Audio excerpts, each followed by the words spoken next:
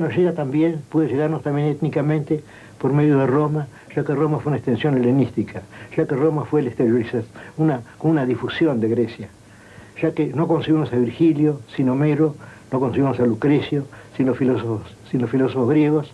Es decir, que todos nosotros somos europeos desterrados, pero ¿por qué no? Somos también orientales, ya que somos hebreos, y ya que, ¿por qué negarnos a la influencia de las grandes naciones del Este Oriente? ¿Por qué negarnos a la India, a Persia, a la China, al Japón? Sería absurdo. Creo que precisamente los argentinos tenemos el deber de ser más hospitalarios que los europeos. Un europeo tiende a olvidar que es europeo y suele recordar que es inglés, que es austríaco, que es islandés, y olvida que es europeo. Pero nosotros, que tenemos Europa un poco atrás y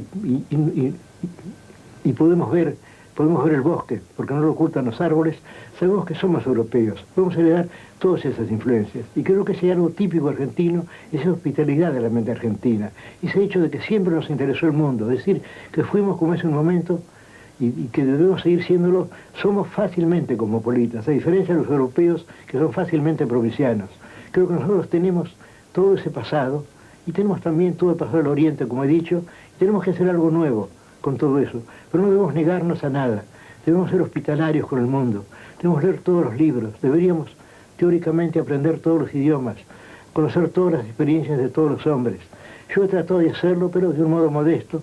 Me falta el griego, por ejemplo, me falta el hebreo, me faltan las lenguas orientales, pero sin embargo trato de seguir estudiando, y en este momento estoy estudiando islandés, que es la forma primitiva de la lengua escandinava, y la que se habla ahora en Islandia, y que me abre las Edas y las sagas. Es decir, yo sigo estudiando a pesar de mis avanzados y mis demasiados 78 años.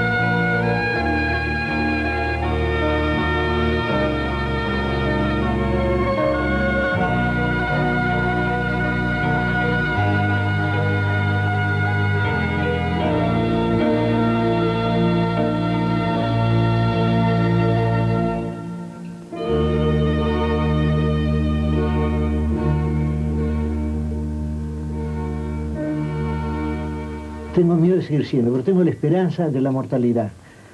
Y a veces me siento desdichado y pienso, ¿pero qué importa todo esto?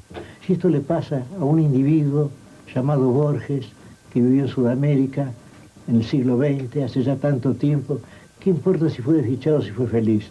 Si ya él ha sido olvidado y si su siglo ha sido olvidado, si su país ha sido olvidado, ¿qué puede importarme todo esto? Jorge Luis Borges en 1978. Minuciosamente se registra el itinerario de honores que lo lleva de país a país, de ciudad a ciudad, de conferencia a conferencia. La crónica de sus días de fama. Pero el reconocimiento de la importancia de la obra de Borges no es un hecho reciente. Entre su primer libro de poemas, Fervor de Buenos Aires, publicado en 1923, e Historia de la Noche de 1978, se extiende un ininterrumpido trayecto de admiración por su poesía, por su prosa y por lo que ambas encierran. Es en 1955 cuando sobre el texto de la obra de Borges comienza a dibujarse la imagen de un Borges público. Los trazos iniciales corresponden a un presuroso sello oficial de reconocimiento en su propio país.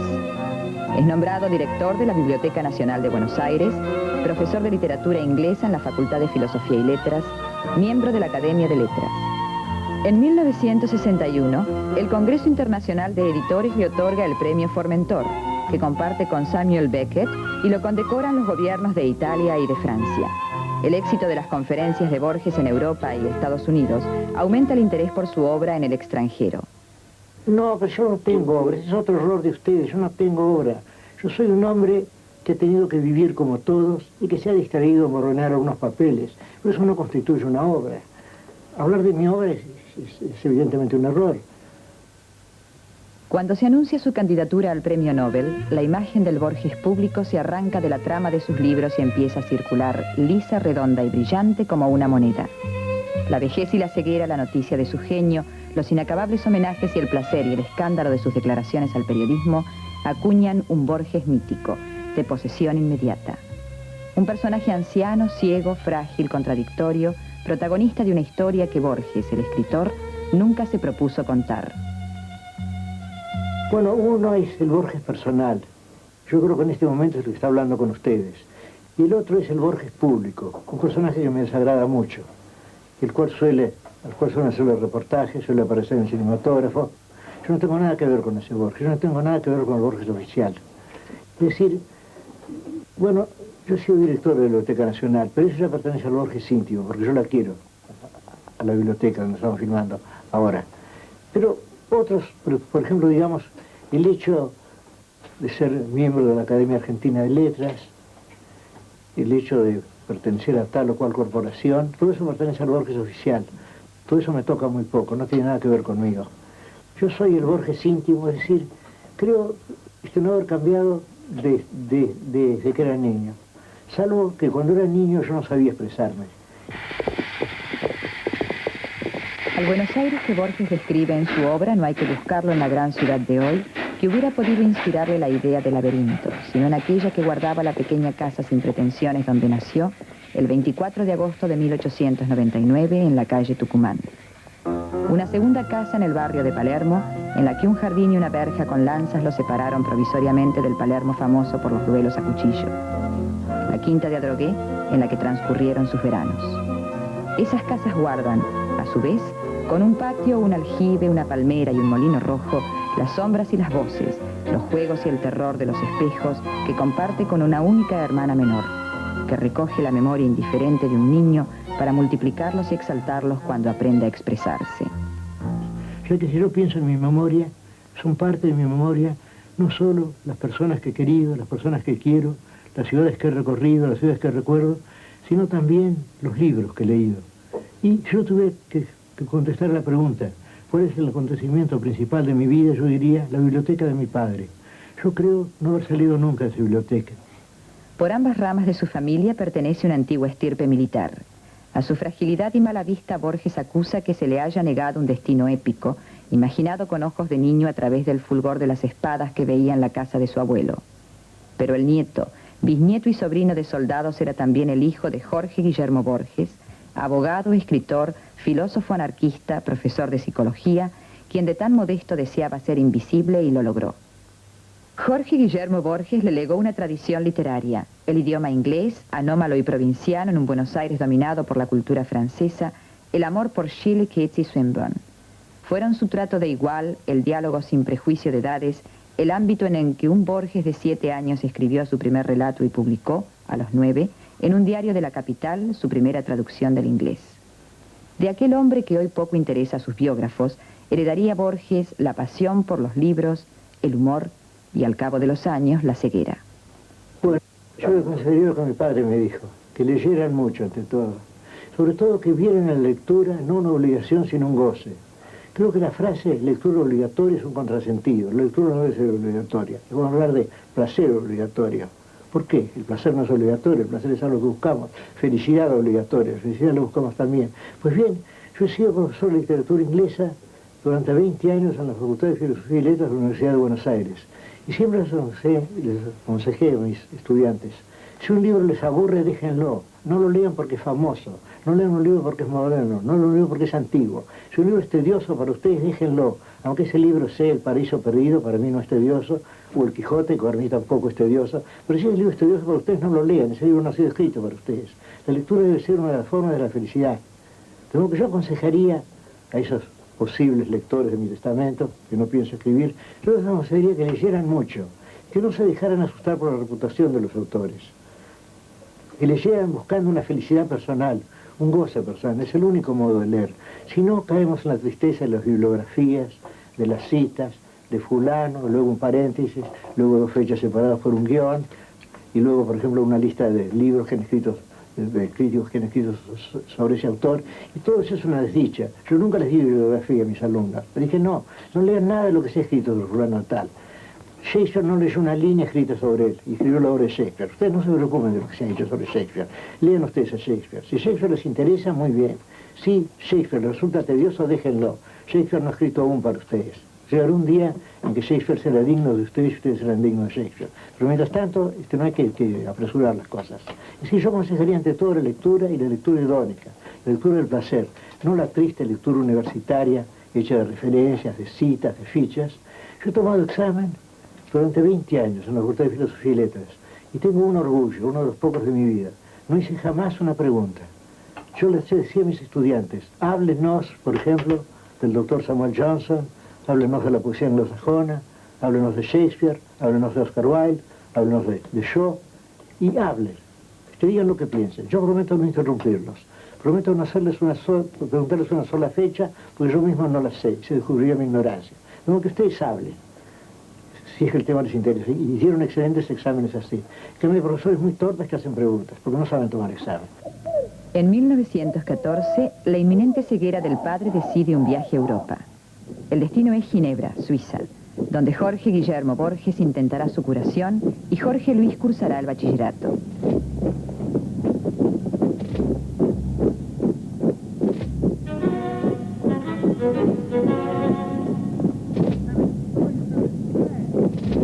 La guerra los obliga a permanecer en Suiza hasta 1919, cuando se trasladan a España.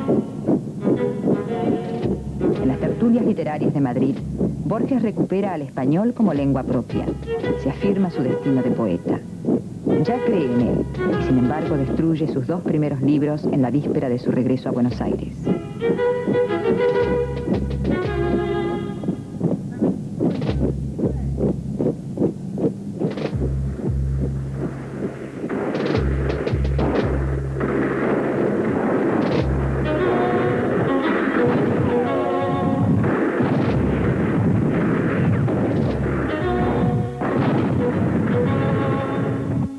Marzo de 1921. Desde la borda del Reina Victoria Eugenia, Jorge Luis Borges contempla Buenos Aires. La había perdido entre tantas ciudades europeas y ahora la recupera, pero extraña de tan vasta a sus recuerdos infantiles. Fervor de Buenos Aires, su primer libro de poemas, es La busca de la otra, aquella modesta población que dejaba entrever el infinito conmovedor de la Pampa. En ese libro están el sur, la Plaza San Martín, la noche de San Juan, campos atardecidos, la vuelta, las calles. En una de esas calles aguarda, aún secreto, como en el fondo de los espejos que aterraban su niñez, la cara de un asesino que no ha visto nunca.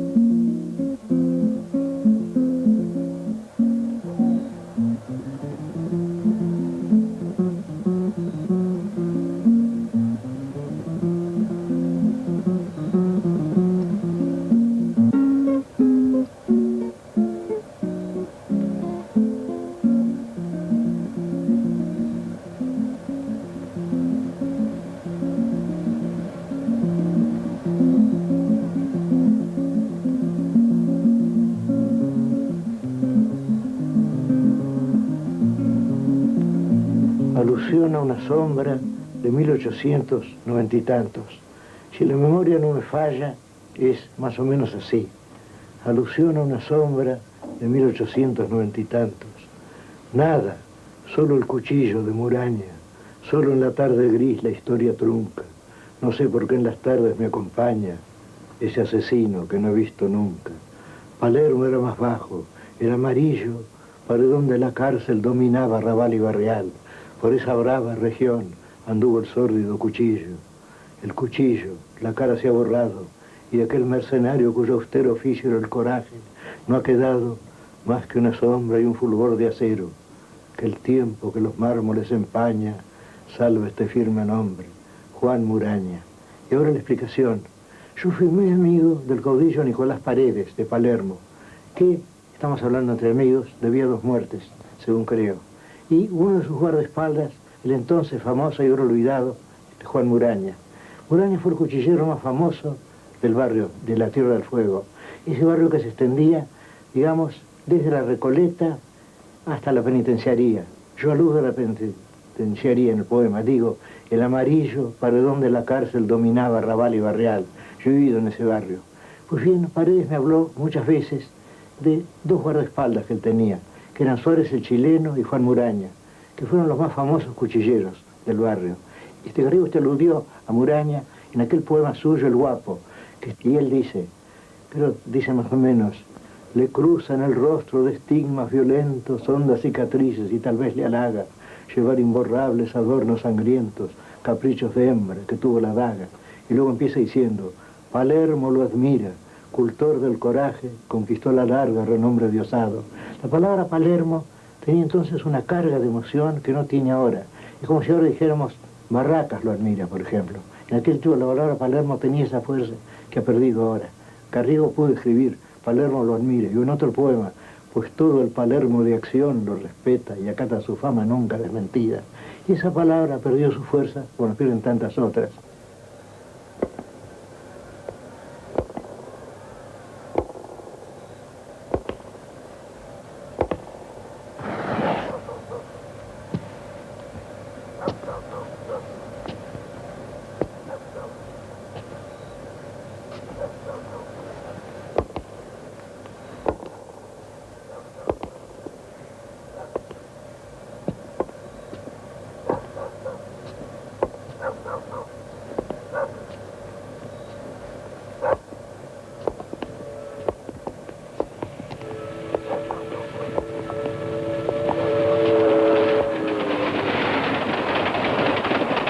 Pues bien, Muraña fue un cuchillero famoso. Muraña debió de muchas muertes. Era carrero además. No era rufián, no era ladrón, era simplemente, como yo digo, su austero oficio en el coraje. Era guardaespaldas. Y me dicen que fue el mejor cuchillero de toda esa zona del norte. Y que una vez vino a provocarlo un hombre, creo que de Barracas. Él consintió a pelear con él. Y entonces él le dijo, este no quería pelear, un hombre ya viejo y ya tenía su fama. Y no tenía ningún deseo de dar otra muerte a las otras muchas que debía. Le dijo, muy bien, vamos a pelear, pero vamos a hacer que nos aten, que nos enlacen juntos.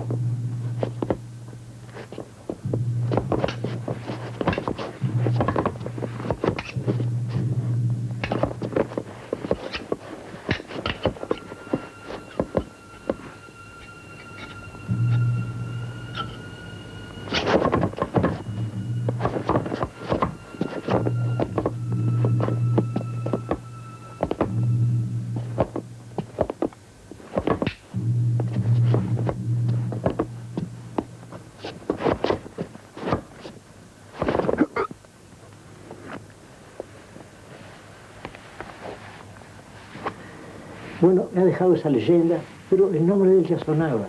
El nombre de él es un lindo nombre por un poema, Muraña. Tiene un sonido oscuro de la U, Muraña, y además sugiere maraña, sugiere araña también, todo eso. Y luego yo escribí ese poema sobre el hecho de que yo me sintiera siempre acompañado por ese asesino que no he visto nunca, lo cual es raro también, ¿no? Y luego concluí con aquello de que el tiempo, que los mármoles empaña, salva este firme nombre, Juan Muraña, que parece un nombre perfecto, para un nombre así, de vida oscura, un hombre del cual se ha olvidado todo, ya se ha olvidado la cara. Creo que murió de un modo no muy glorioso, estaba borracho y se tardó del pescante de su carro, porque era carrero además. Y yo no lo conocí nunca, porque no he cruzado en la calle con él muchas veces.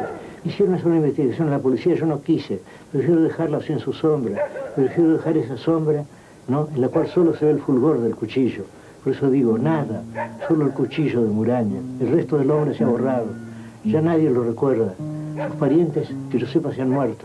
Yo no he querido hacer ninguna investigación, no he querido buscar su prontuario. Prefiero verlo así, prefiero verlo como una suerte de sombra que viene a ser como un arquetipo de los cuchilleros.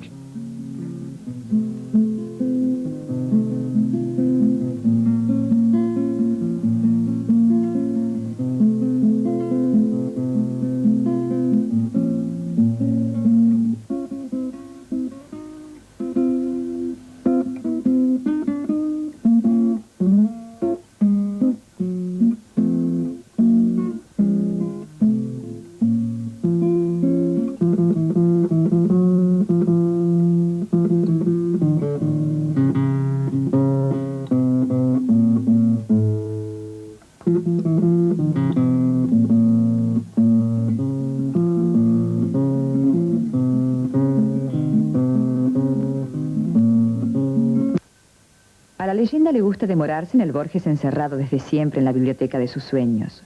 Un Borges de altiva soledad, incapaz de las emociones y los errores de la acción. Uno, entre otros jóvenes escritores argentinos, fue sin embargo el joven Borges que se propuso renovar la poesía y la prosa de su tiempo. Toda batalla exige una bandera. Borges eligió enarbolar los pendones del ultraísmo español. Y cuando esa campaña, por falta de recursos para editar una revista, parecía condenada a ser una campaña secreta, fue de Borges la idea de imprimirla a manera de carteles de publicidad. También de Borges fue una de las manos que en la noche de 1921 pegaron su desafío en las calles de Buenos Aires. Había nacido Prisma, la primera de las revistas que lo tuvo como fundador.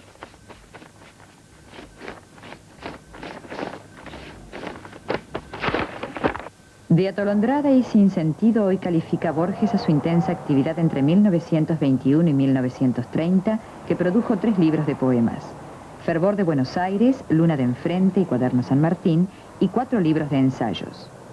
Años de apasionada discusión, oral y escrita, en busca de un nuevo camino para la literatura argentina. En su vinculación a grupos y cenáculos literarios no hubo otra ambición personal que el placer de sentirse entre amigos. Y antes que imponer sus opiniones, estaba la felicidad de compartirlas. Porque las opiniones de un escritor, o las opiniones de todo hombre, son, yo creo, lo más superficial que hay en él. No debe juzgarse un hombre por sus opiniones. Además, cuando se escribe, uno no escribe con sus opiniones. Uno escribe con todo su pasado, uno escribe con la sangre de sus mayores, uno escribe posiblemente con la gravitación del mundo externo, también. Las opiniones son lo de menos. Los cenáculos literarios de su juventud que le dieron a Borges su largo arrepentimiento posterior, le dieron también a 2 figuras claves para una interpretación del aspecto más original de su obra. Rafael Cancinos Assens, el traductor judío-español de Las Mil y Una Noches, el maestro de las tertulias ultraístas de Madrid, y Macedonio Fernández, el excéntrico filósofo de las reuniones del Café La Perla del Once en Buenos Aires. Esta rara conjunción implicaría necesariamente un laberinto. Este laberinto surge por un grabado de un libro de la Casa Garnier que había en Francia, en la biblioteca de mi padre. Lo resultaba era una especie de edificio parecido a un anfiteatro, tenía grietas. Se veía que era un edificio alto, porque era mucho más alto que los cipreses y que los hombres. Y yo pensaba que yo tuviera una lupa y que yo tuviera mejor vista, yo podía ver el Minotauro adentro. Desde entonces he tenido esa visión del laberinto. Pero además es un símbolo de estar perplejo, estar perdido en la vida. Y yo me siento muchas veces perplejo. Es decir, casi diría que mi estado continuo es un estado de asombro. Ahora estoy asombrado de estar grabando aquí, de estar conversando con ustedes. Y me parece que el símbolo más evidente de la perplejidad es el laberinto. Además, el laberinto tiene algo muy curioso, porque la idea de perderse no es rara, pero la idea de un edificio construido para que la gente se pierda, aunque esa idea sea tomada de los túneles de las minas, es una idea rara. La idea de un arquitecto de laberintos, la idea de Dédalo, o, si se quiere, literariamente, la idea de Joyce, es una idea rara. La idea de construir un edificio, de una arquitectura, cuyo fin sea que se pierda la gente, que se pierda la gente o que se pierda el lector. Esa es una idea rara. Por eso he seguido siempre. Por eso he seguido siempre pensando en el laberinto. Y en mis cuentos hay muchas formas de laberinto. Hay, por ejemplo, laberintos en el espacio y un laberinto en el tiempo también. Hay un cuento mío, titulado, creo, El jardín de senderos que se bifurcan, en el cual se habla de un laberinto perdido. Yo la idea de un laberinto perdido es algo mágico, porque un laberinto es un lugar en el cual uno se pierde, en un lugar que se pierde. De modo que la idea de un laberinto que se pierde debe ser doblemente mágica. Bueno, pues bien, en ese cuento, el laberinto perdido es una obra que se va bifurcando, se va multiplicando en diversas direcciones. Yo creo que eso es todo. Creo que me ha traído el laberinto, y además posiblemente el laberinto me ha traído por la palabra tan hermosa. Porque no sé si la palabra inglesa maze, de donde tenemos amazement, y to be amazed, y to be in a maze, y un baile que se llama maze, donde los bailarines tejen una suerte de laberinto en el tiempo, en el espacio. No sé si la palabra maze tiene la fuerza de la palabra griega, labyrinth, que significaba, o laberinto, que significaba al principio los corredores, las galerías de las minas, y ahora significa ese curioso edificio hecho para que la gente se pierda. Creo que eso es todo. Yo creo que en la idea del laberinto hay una idea de esperanza también, porque si supiéramos que este mundo es un laberinto, entonces nos sentiríamos seguros. Pero posiblemente no sea un laberinto, es decir, en el laberinto hay un centro, aunque ese centro sea terrible, es el Minotauro. En cambio, no sabemos si el universo tiene un centro. Posiblemente no sea un laberinto, sea simplemente un caos, y entonces sí estamos perdidos. Pero si hay un centro secreto del mundo, ese centro puede ser divino, puede ser demoníaco, entonces estamos salvados, entonces hay una arquitectura. De modo que también hay el deseo de encontrar, en medio de la perplejidad de la vida, encontrar que todo esto es un laberinto, es decir, que tiene una forma coherente. Y no sabemos si el universo tiene una forma coherente. Desde luego hay hechos que nos inducen a pensar que tiene una forma coherente. Por ejemplo, el hecho de las estaciones, esta rotación de los astros, las diversas edades del hombre, la aurora, el mediodía, el atardecer, la puesta del sol, los dos crepúsculos. Todo eso nos induce a pensar que es un laberinto, que hay un orden, aunque ese orden sea un orden secreto. De modo que casi podríamos decir que el laberinto es un temor, pero es también una esperanza. Es un temor porque estamos perdidos, pero es una esperanza porque hay un centro, porque hay un plano, porque hay una arquitectura. Esta multilateral arquitectura de la obra de Borges no tiene, sin embargo, para su lector, más carácter de laberinto que el que corresponde a su casi secreto diseño. Si alguien se ha perdido en él, es porque se negó a recoger el dorado hilo de Ariadna que Borges pone en su puerta. El lenguaje transparente y severo, la sencillez y familiaridad con que expresa lo maravilloso. No, yo no tengo ese dominio. Yo soy un principiante, siempre. El castellano tiene diversas deficiencias. Por ejemplo, en inglés usted puede unir verbos y preposiciones. Usted puede decir, por ejemplo, bueno, usted puede decir, por ejemplo, loom over, think about, shake off, dream away, think away something, live up to, live down something. En español usted no puede, en las lenguas germánicas usted puede. Pero el español tiene una ventaja que es la sonoridad del castellano, que es la sonoridad del latín. El español tiene otra desventaja que me señaló Jules Solar, que son los adverbios, que se notan mucho en español. Se nota mucho la parte mecánica de la palabra. Pero cada idioma es como una serie de leyes de juego que el escritor tiene que aceptar. Y así yo sé que, aunque yo preferiría desde luego que mi destino hubiera sido otro idioma, mi destino es la lengua castellana. Yo trato de expresarme bien en castellano y sé que esa aventura no es imposible, ya que hay tantos nombres ilustres que muestran que es posible expresarse. No diré perfectamente porque ningún idioma permite una expresión posible, pero sí permite expresarse bien, o suficientemente bien en este castellano. Pero en castellano uno siempre tiene la impresión de estar luchando con el idioma. Pero posiblemente le suceda lo mismo a escritores en otros idiomas. Posiblemente yo vea las virtudes de otros idiomas porque no tengo que luchar con ellas. No tengo que grapple with them. También en el caso del español sí, yo tengo que luchar con el español y por eso percibo sus deficiencias. Pero posiblemente un inglés, un alemán o un francés también les parezca que su idioma es deficiente, porque es el idioma que tienen que manejar, es la dura materia con la cual tienen que tratar. Ahora, desde luego, cualquier idioma es deficiente. Pero, por ejemplo, pensemos en la realidad. Bueno, en la realidad, por ejemplo, percibimos una extensión, percibimos un color, no oímos ruido, y hablamos de el silencio del verde campo, lo cual es una estructura del todo distinta de las sencillas percepciones que he enumerado. O, si somos Carducci, si tenemos la suerte de ser Carducci, pero un solo individuo tuvo esa suerte, hablamos no del silencio del verde campo, sino del verde silencio de los campos, otra estructura. Es decir, siempre el idioma es un sistema artificial que no tiene nada que ver con la realidad. Lo que llamamos realidad viene a ser un conjunto de percepciones, de emociones, de encuentros, de pensamientos, de sueños, de distracciones, de sorpresas. Eso es la realidad. En cambio, el idioma es un sistema rígido en el cual tenemos sustantivos, no sabemos si hay sustantivos realmente, es decir, no sabemos si hay una cosa que llamamos manzana, solo percibimos el color de la manzana, el sabor de la manzana, percibimos el peso de la manzana en la palma de la mano, percibimos la forma convexa de la manzana, pero no sabemos si hay algo que se llama manzana. Es decir, que todo idioma es un sistema artificial comparado con la realidad. 1938, la muerte marca la vida de Borges. Muere su padre. La intensidad del dolor por esa pérdida se advierte en los poemas que nunca le dedica. Solo muchos años después, amparada por otro título, La lluvia, se oye la angustia pudorosa del hijo. La mojada tarde me trae la voz deseada de mi padre que vuelve y que no ha muerto.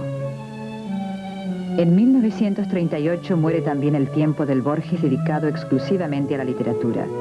La escasa remuneración que obtiene en sus trabajos para diarios y revistas lo enfrenta a la necesidad de un empleo regular que le permita subsistir. Ya publicado Evaristo Carriego, Discusión, Historia Universal de la Infamia, Historia de la Eternidad. Integra el comité de colaboración de la importante revista Sur, fundada por Victoria Ocampo. Y sin embargo, el Buenos Aires de la cultura no tiene para él otro destino que una apartada biblioteca de barrio. Durante 9 años, años de aislamiento y de tristeza, Borges trabajará como auxiliar primero de aquella biblioteca sombría catalogando libros. Es una tanda cortita. He conocido la desdicha como todos los hombres y he conocido también la dicha como todos los hombres. Estuvo en el infierno y en el paraíso, como Dante, del cual se señala eso como un hecho singular. Pero la verdad es que al cabo de un día todos hemos estado en algún momento en el paraíso y todos hemos estado en muchos momentos en el infierno y todos estamos quizá continuamente en el purgatorio. Mi destino personal no tiene nada de interesante. Mi destino, estos son mis libros, son mis demasiados libros.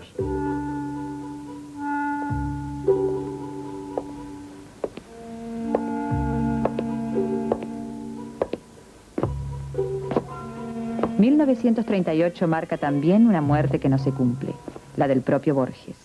En la Nochebuena de ese año, el filo de una ventana recién pintada y abierta de par en par le arrasó la piel de la frente.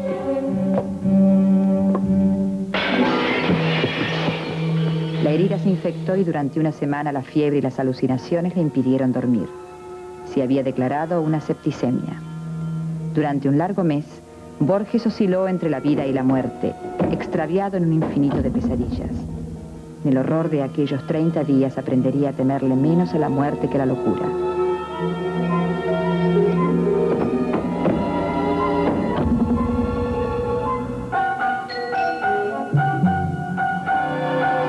Ya convaleciente, dudaba de haber regresado al mundo de la razón.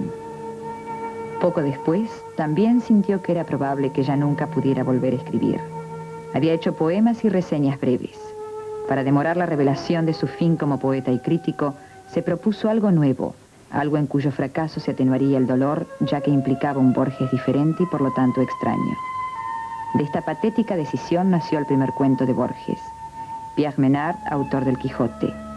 De su logro, Clonukbar et Orbis Tertius, acerca de un mundo que reemplazará finalmente este mundo.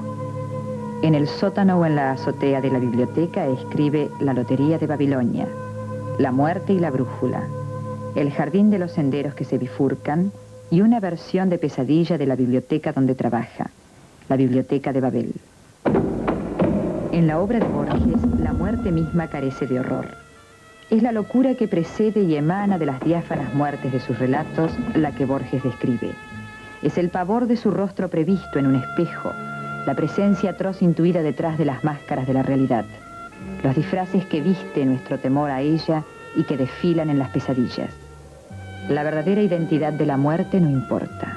Importan los inútiles caminos que el hombre emprende para zafarse o apresurar el encuentro final con esa cara.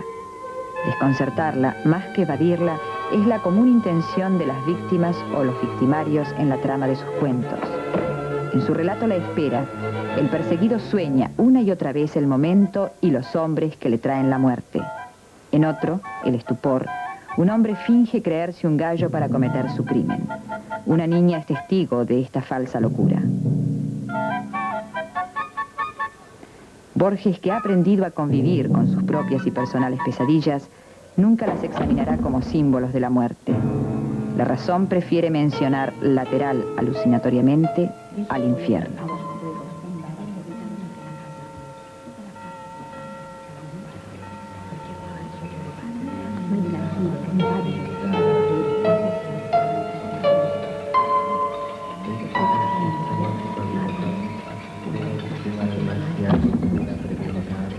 No pare.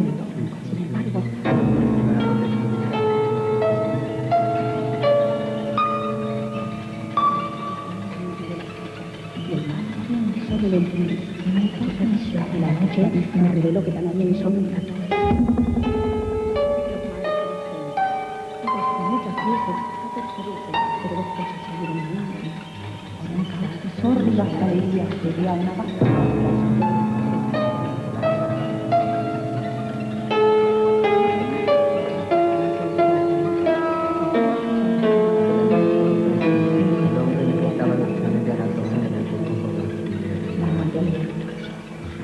Otro laberinto.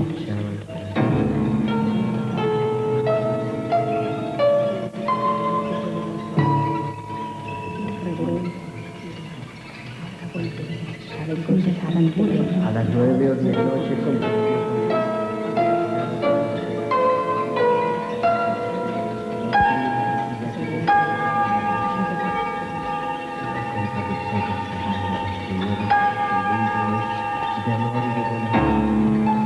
realmente yo diría que la muerte es mi única esperanza, es mi gran esperanza. Cuando me siento desdichado, pienso en la muerte. Es el consuelo que tengo, el saber que no voy a seguir siendo, el pensar que voy a dejar de ser.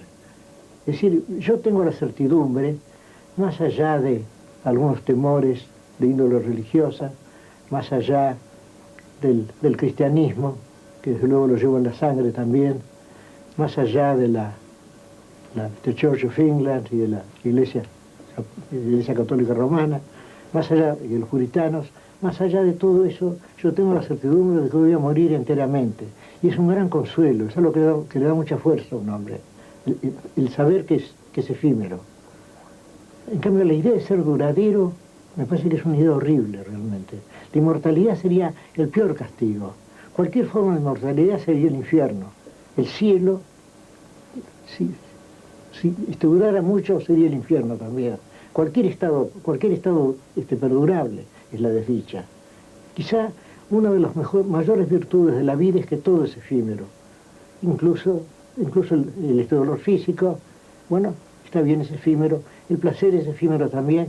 Y está bien que sea así, porque si no sería muy tedioso todo.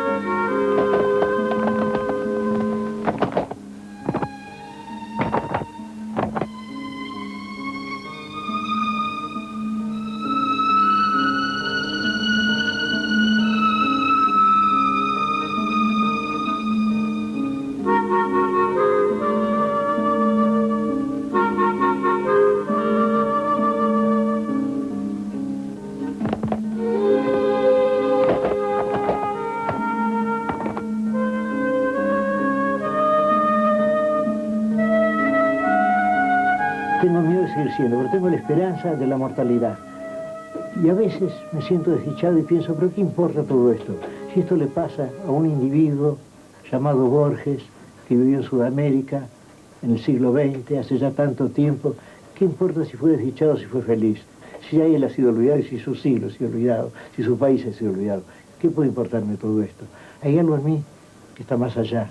Y aquí recuerdo aquella frase de Shakespeare, que hay un personaje, es un Mires Gloriosus, es un cobarde que ha sido expuesto, se ha descubierto que ha sido un cobarde,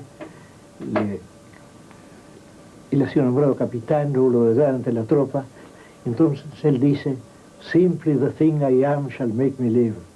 Dice, ya no seré capitán, simplemente la cosa que soy me hará vivir. Pues bien, esa cosa que soy puede persistir, pero puede persistir en otros con otro nombre, con la misma ilusión de ser un yo que yo tengo ahora. Esa cosa que soy, esa no me importa que viva. Pero yo pido una condición, quiero olvidarme de esta vida. Quiero olvidar de haber sido Borges, de haber vivido en Buenos Aires. Quiero incluso olvidarme de esta grata mañana de hoy también. Quiero olvidarme de todo. Y los antiguos tenían esa idea del río Leteo, el río del olvido, que es una idea muy linda. La idea de que después de la muerte bebemos y olvidamos. Bueno, ojalá podamos beber a nivel de olvidar.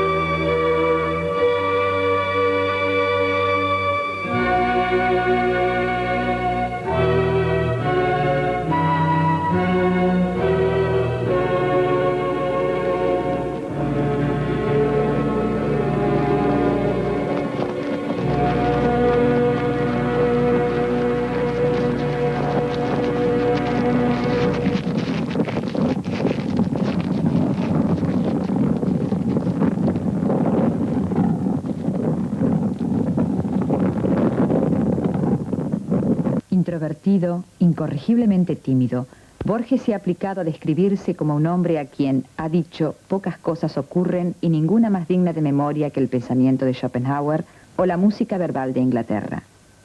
Pero esa frialdad libresca que se le atribuye y que parece estar corroborada por la manera lateral en que su obra menciona al amor, al desgarramiento, a la ternura, solo corresponde a la mano firme del escritor que sujeta los temblores del hombre. Hasta su fervor por Buenos Aires, a la que ama como un marido celoso, lo oculta como puede enumerando sus fealdades o afirmando en un poema. No nos une el amor sino el espanto. Será por eso que la quiero tanto. Yo he usado muchas veces una metáfora que voy a repetir hoy. Es la metáfora de una isla, una larga isla. Y de esa isla yo veo una de las puntas y la otra, que está lejana. Es decir, traduciendo eso al lenguaje literario, yo veo el principio de un poema o el principio de un cuento y el fin de un poema o el fin de un cuento. Ahora, eso es lo que me da la inspiración. Me da simplemente esa visión lejana y tentadora de una isla, digamos. Ahora, es decir, cuando yo escribo algo, yo siempre sé el principio y siempre sé cuál será el fin. Ahora, lo que me toca descubrir a mí es el camino intermedio. Y ahí, por ejemplo, puedo equivocarme, puedo tomar un camino falso, puedo tener que desandar lo caminado, pero yo siempre tengo esos dos términos seguros, el principio y el fin. Y por eso mis cuentos tienen alguna construcción y mis poemas también. No creo que haya una diferencia esencial entre los dos, ya que yo concibo el poema como algo narrativo, y el cuento, desde luego, es, por definición, el narrativo. De modo que yo siempre tengo el principio, tengo el fin, y luego tengo que descubrir qué sucedió entre el principio y el fin. Pero eso ya no es un descubrimiento, eso ya puede ser un trabajo no de la imaginación, sino de la inteligencia. Yo tengo que inventar algo que una, tengo que inventar esa zona intermedia entre las dos puntas de mi larga isla. Es así como yo trabajo. Yo empiezo dejándome llevar por la imaginación. Al principio no sé si lo que me ha ocurrido va a ser en prosa o en verso. Eso puede depender de la primera frase. Si la primera frase es un endecasílabo o un alejandrino, entonces posiblemente sea un poema.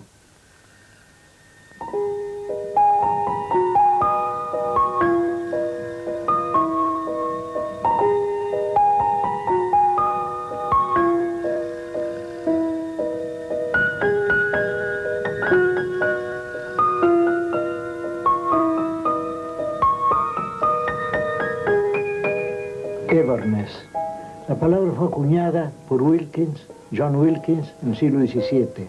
Significa eternidad y tiene más fuerza que eternidad. Everness. Él inventó otra palabra tan terrible que nadie la ha usado. La palabra es neverness, es decir, aquello que nunca va a suceder. Lo cual nos recuerda unos versos de André de Rossetti. Look at my face, my name is might have been, I am also called no more, too late, farewell. Pues bien, yo tomé la palabra everness, que significa eternidad en inglés, que tiene más fuerza que eternity, que no se usa nunca, y yo escribí un soneto. Yo me sentía muy triste entonces, escribí un soneto en esta misma biblioteca. Quiero poder reconstruirlo, quiero poder recuperarlo ahora. Y dice así: solo una cosa no hay, es el olvido. Dios que salva el metal, salva la escoria, y cifra en su profética memoria las cosas que serán y las que han sido. Ya todo es, los miles de reflejos que entre los dos crepúsculos del día tu rostro fue dejando en los espejos, y los que fue dejando todavía. Y todo es una parte del diverso cristal de esa memoria, el universo. No tienen fin sus arduos corredores, y las puertas se cierran a tu paso. Solo del otro lado del ocaso ver los arquetipos y esplendores.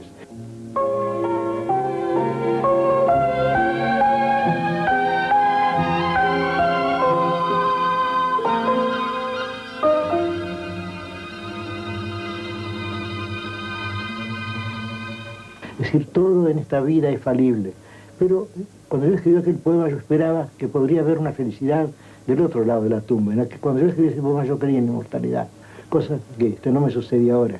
Y veamos ahora el soneto, de nuevo. Solo una cosa no hay, es el olvido. Eso lo dice un hombre que está muy apesadumbrado, que está abrumado por un recuerdo. Por recuerdo, ¿por qué no confesarlo ahora?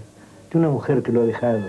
Y se da cuenta de que no puede olvidarla, que no puede ser otra cosa sino vivir en esa memoria que fue una felicidad y que es un tormento ahora.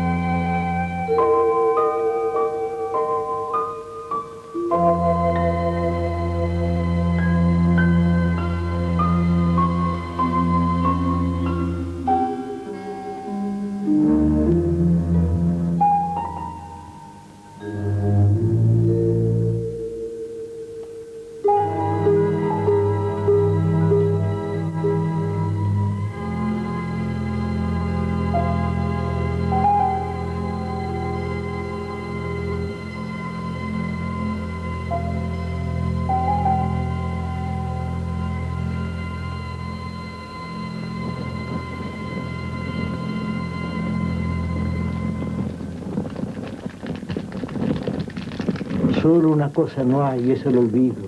Dios que salva el metal, salva la escoria, y cifra en su profética memoria las cosas que serán y las que han sido. En su profética memoria, porque se supone que Dios vive en la eternidad, y la eternidad no es la sucesión de ayeres, no es todos nuestros ayeres, como dijo Shakespeare en Macbeth. No, la eternidad es todo el pasado, todo el presente y todo el porvenir visto en una sola ojeada mágica. Por eso yo digo, y cifra en su profética memoria. La memoria de Dios es también la profecía de Dios. Yo me imagino ese ser mágico, Dios, y todo está en él, pasado, presente y este porvenir. Y luego, ya todo es, los miles de reflejos entre los dos crepúsculos del día. Los dos crepúsculos son el crepúsculo del cuervo, el crepúsculo de la tarde, y el crepúsculo de la paloma, el crepúsculo de la mañana. Tu rostro fue dejando los espejos y los quería dejando todavía. Y luego, y todo es una parte del diverso cristal de esa memoria, el universo. Y aquí, al escribir ese verso, yo me sentí, digamos, idealista. Si yo no pensé que el universo fuera algo espacial, yo lo vi sobre todo como una sucesión temporal, como un largo sueño de un alguien con mayúsculas que este poema llama Dios. Y luego digo, No tienen fin los arduos corredores y las puertas se cierran a tu paso. Es decir, a cada instante que pasa hay una puerta que se cierra detrás de nosotros y ya no volveremos a abrirla. Eso ya está cerrado. Eso pertenece al irrevocable pasado. Y luego una esperanza para el final. Solo del otro lado del ocaso verás los arquetipos y esplendores.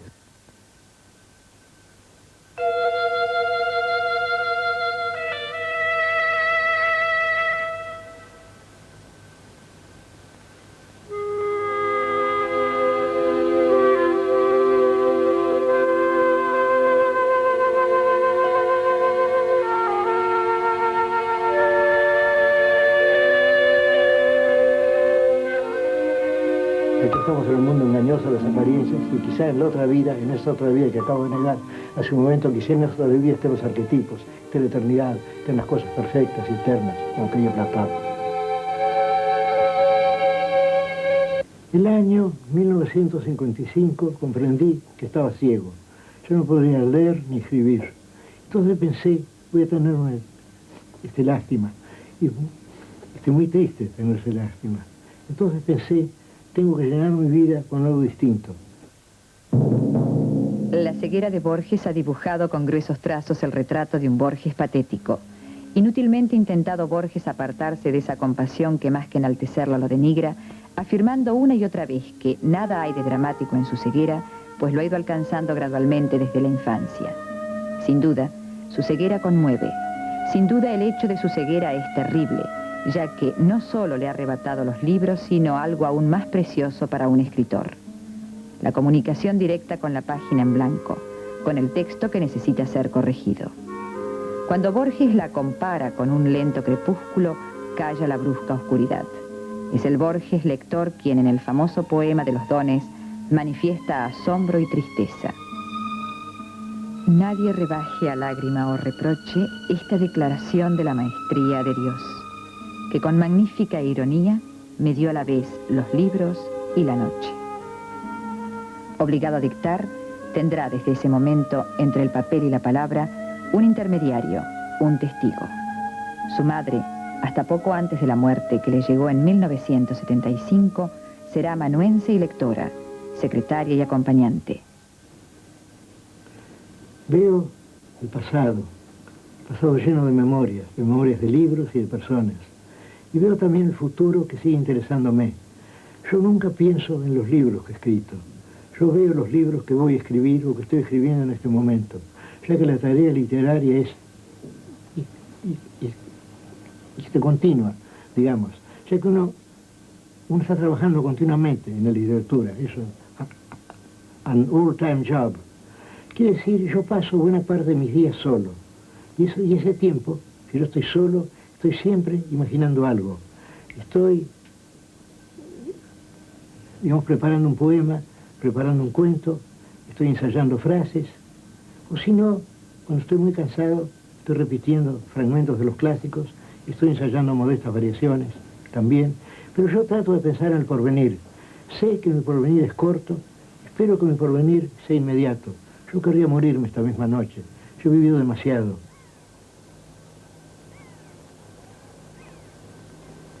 Sí, ese color singular es el amarillo. Cuando yo era chico me demoraba ante la jaula de los tigres en el jardín zoológico y me fascinaban los tigres y leopardos también. En cambio, otros animales no me extremaban la atención. Y el color amarillo me ha acompañado a lo largo de mi vida. Y cuando he perdido la vista, no he perdido el color amarillo. Actualmente es el único color que veo con alguna claridad. En cambio, he perdido otros colores, sobre todo un color que pierden los ciegos y que ignoran mucho, que es el negro. Se cree en general que los ciegos viven en la oscuridad. Es un error. Viven en una suerte de neblina azulada, verdosa o amarillenta, pero el negro lo pierden. De modo que aquel verso de Shakespeare, "Looking on darkness which the blind do see", mirando la oscuridad que ven los ciegos, es falso. Los ciegos no ven la oscuridad. Una de las cosas que me perturbó a mí cuando perdí la vista fue que a mí me gustaba estar en el oscuro para dormir y nunca estaba en el oscuro. Estoy ahora siempre en medio de una neblina verdosa o azulada o más o menos amarillenta. Y luego he perdido otro color también, que se supone que es el color más vívido, pero que en realidad no lo es, que es el color rojo. Y ese color me ha dejado también. De modo que estoy reducido al amarillo. Y luego a un color que puede ser azul o que puede ser verde, pero que es más bien una suerte de azul verdoso o de verde, azulado. Esos son los colores que me quedan. Y luego el blanco ha desaparecido también, el blanco puro. Queda una suerte de gris. De suerte que mi mundo es pobre. Pero me queda el color amarillo, y por eso lo titulé a un libro mío, El oro de los tigres, refiriéndome precisamente a aquel primer color que me llamó la atención, el oro de los tigres de Palermo, y el último color que veo ahora, que es el color amarillo. Mis amigos me regalan corbatas amarillas porque saben que puedo verlas. En cambio, los otros colores los pierdo. El rojo, sin embargo, veo, distingo ahora una suerte de digamos, granate. Distingo una suerte de este granate.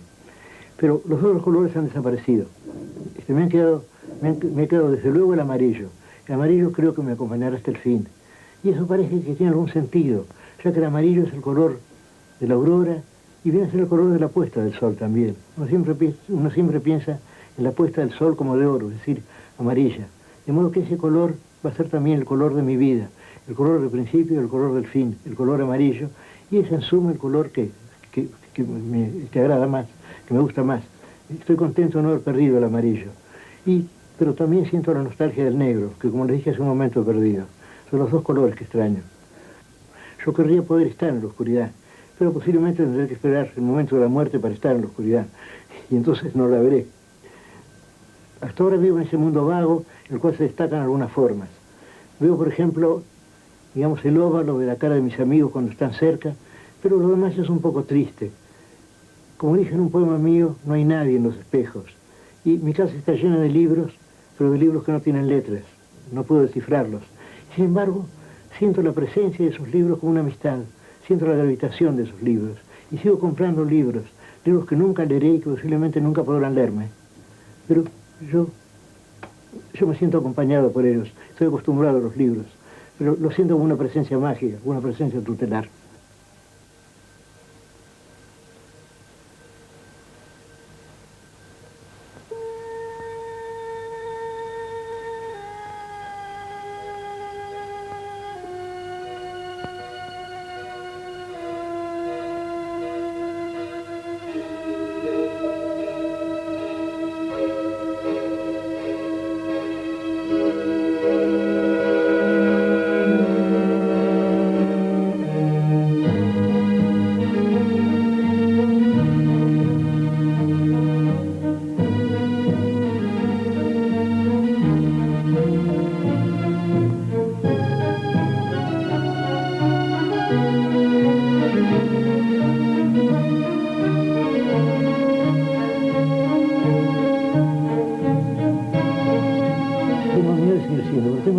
De la mortalidad. Y a veces me siento desdichado y pienso, ¿pero qué importa todo esto? Si esto le pasa a un individuo llamado Borges, que vivió en Sudamérica en el siglo XX, hace ya tanto tiempo, ¿qué importa si fue desdichado o si fue feliz? Si a él ha sido olvidado, si sus hijos han sido olvidados, si su país ha sido olvidado. ¿Qué puede importar en todo esto?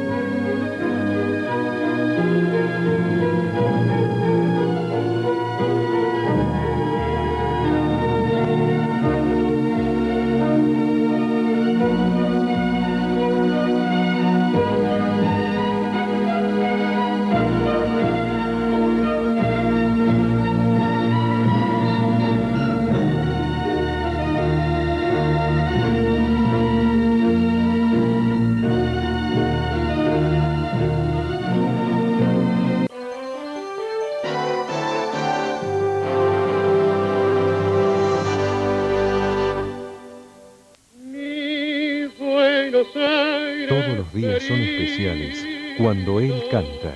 El día que me quiera, la rosa que engalana, se vestirá de pieza con su mejor color. Pero este domingo lo recordaremos más que nunca.